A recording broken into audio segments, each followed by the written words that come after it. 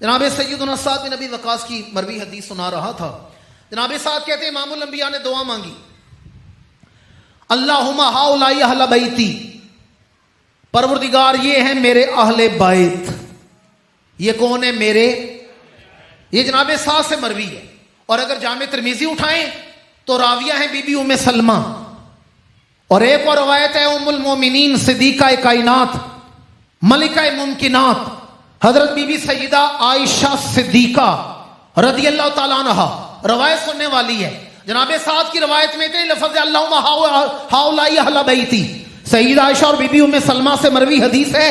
امام الانبیاء نے چاروں کو چادر میں لے کے عرض کیا, اللہم ہؤلاء اہل بیتی و خاصتی, پروردگار یہ ہیں میرے اہل بیت اور میرے خاص اہل بیت ہیں.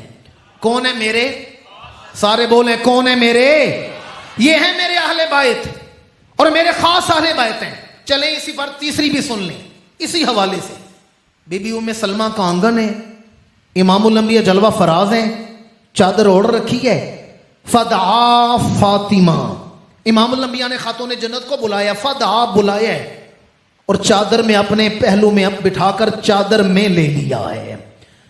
وحسن حسین فجل لہما بکسائن, دونوں نواسوں کو بھی بلایا ہے, انہیں بھی چادر میں لے لیا ہے. حدیث کے الفاظ ہے وعلی خلف ظہرہ, علی حضور کی پشت مبارک کی طرف تھے, مولا علی پیچھے تھے, انہیں بھی بلا لی ہے.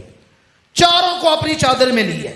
ایک چادر ہے اس میں چاروں آگے, امام الانبیاء بھی ہیں, سیدہ خاتون جنت بھی ہیں, حضور حیدر کرار بھی ہیں, حسنین کریمین بھی ہیں. چاروں کو چادر میں لے کے حضور نے دعا مانگی. ثم قال اللہم ہؤلاء اہل بیتی, پروردگار یہ ہیں میرے اہل بیت, فاذہب عنہم الرجس, پروردگار ان سے نجاست کو دور فرما دے. وطہرہم بتطہیرا, اور ایسے پاک کر دے جیسے پاک رکھنے کا حق ہوتا ہے. میں نے ایک موضوع پر 3 حدیثیں سنائی ہیں, تینوں میں یہی روایت ہے, یہی نفس مضمون ہے. چاروں کو چادر میں لیا, یہ میرے اہل بیت ہیں. چاروں کو چادر میں لیا, یہ میرے اہل بیت ہیں اور خاص اہل بیت ہیں. چاروں کو چادر میں لے کے عرض کیا پروردگار یہ میرے اہل بیت ہیں, ان سے نجاست کو دور کر دے, انہیں پاک رکھ جیسے پاک رکھنے کا حق ہوتا ہے.